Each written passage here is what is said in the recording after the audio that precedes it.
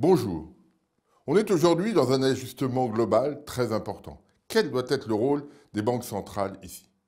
On sait de longue date que les banques centrales ont adopté des stratégies monétaires très accommodantes, des taux d'intérêt très bas. Aux États-Unis depuis décembre 2008, en zone euro, le taux est à 0,05% depuis le 4 septembre 2014. Les banques centrales ont adopté aussi des procédures d'achat d'actifs, ce qu'on appelle le quantitative easing. La Banque centrale américaine en a mis 3 en jeu. Il y a eu 3 épisodes successifs.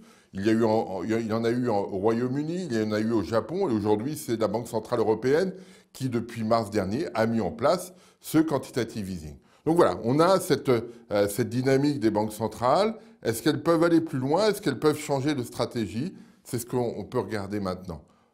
Si on regarde, et c'est le deuxième point, si on regarde l'économie globale, on s'aperçoit que celle-ci progresse toujours à un rythme lent. Et on le voit à travers un indicateur très simple, qui est l'évolution du commerce mondial. On le voit ici sur ce graphique. Depuis septembre 2011, la croissance du commerce mondial est très réduite. On est en dessous de cette bande bleue qui est la zone où généralement se trouve l'évolution du commerce mondial. Cela traduit deux choses. La première, c'est qu'il n'y a plus de locomotive sur l'économie mondiale. Les États-Unis, la Chine, l'Europe n'ont pas cette capacité à tirer, à créer une impulsion qui engendrerait une trajectoire plus élevée pour l'économie mondiale.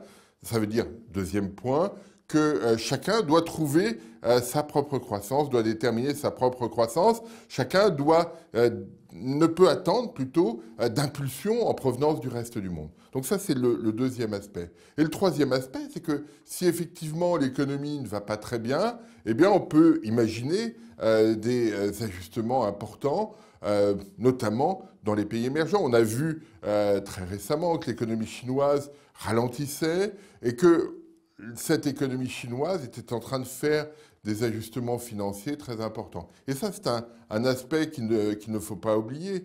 Depuis 2001, les autorités chinoises accumulent des réserves de change de façon très importante pour pouvoir éventuellement faire face à une crise financière. C'est la meilleure explication qu'on ait de cette accumulation très massive de réserves de change en Chine. Mais on observe aussi que depuis quelques mois, ces réserves diminuent. La Banque centrale de Chine est obligée de vendre des actifs pour réduire les contraintes et faciliter les ajustements, notamment dans le secteur financier et bancaire en Chine. Et ces ajustements, ces baisses de réserves, eh bien, c'est la vente de T-bonds américains, de Bund allemands ou d'OAT français.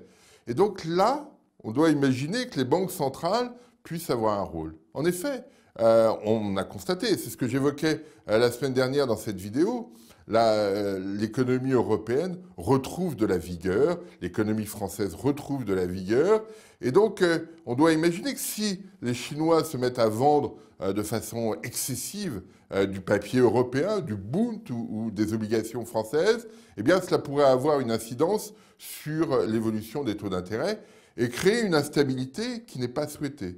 C'est pour ça d'ailleurs que Mario Draghi a indiqué que le QE de la Banque centrale européenne, le quantitative easing, serait probablement prolongé, étendu au-delà de septembre 2016 pour créer un cadre plutôt stable. Mais ce n'est pas là notre propos. Le propos, c'est de dire qu'on peut avoir des tombereaux d'actifs qui seront vendus par les Chinois ou par les pays asiatiques qui arriveront sur le marché européen. Et pour éviter toute volatilité excessive sur les marchés, notamment les marchés de taux, eh bien, la Banque centrale européenne doit être active et absorber ces montants, ces capitaux qui arrivent du reste du monde. Là, il y a un rôle tout à fait considérable. Si on est dans l'obligation de créer notre propre croissance, et si les chocs arrivent de l'extérieur par la vente d'actifs financiers, eh bien, la Banque centrale doit être capable d'amortir les chocs pour permettre à cette économie européenne de progresser. On peut imaginer, on peut faire le même scénario aux États-Unis et imaginer une procédure qui permette à la Banque centrale américaine d'acheter des actifs si cela peut éviter de pénaliser la croissance américaine. Donc on a là un rôle nouveau pour les banques centrales et c'est probablement ce qui va être observé au cours des prochains mois. Je vous remercie.